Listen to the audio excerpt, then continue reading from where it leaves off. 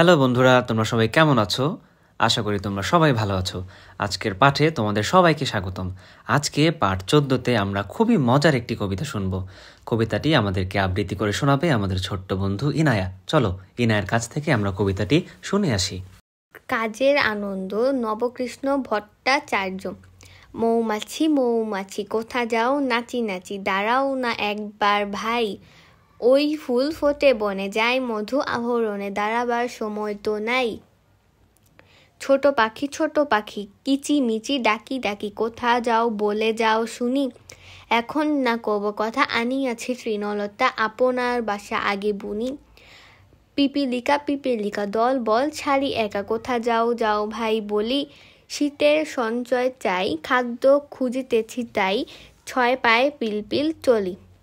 বন্ধুরা, কবিতাটি খুব মজার, তাই না? এই কবিতায় আমরা কত কিছু সম্বন্ধে জানতে পারলাম। পিপিলিকা, মৌমাছি, তাই না? এখন তোমরা যদি খেয়াল করে দেখো, এই কবিতায় বেশ কিছু শব্দ ছিল যেগুলোর অর্থ একটু কঠিন। চলো তো কবিতাটাকে আরো সুন্দর করে বোঝার জন্য আমরা এই শব্দগুলোর অর্থ জেনে নিই। বন্ধুরা, তোমরা কি জানো আহরণ মানে কি? আহরণ অর্থ হচ্ছে কোনো কিছু সংগ্রহ করা। এরপর বন্ধুরা বলো তো, তৃণলতা বলতে তোমরা কি বোঝো? তৃণলতা হচ্ছে এক ধরনের ঘাস ও লতা। এরপর যে শব্দটির মানে আমরা জানবো সেটি হচ্ছে বুনি। বুনি অর্থ হচ্ছে কোনো কিছু বানানো। বন্ধুরা, তোমরা কি জানো সঞ্চয় বলতে কি বোঝায়?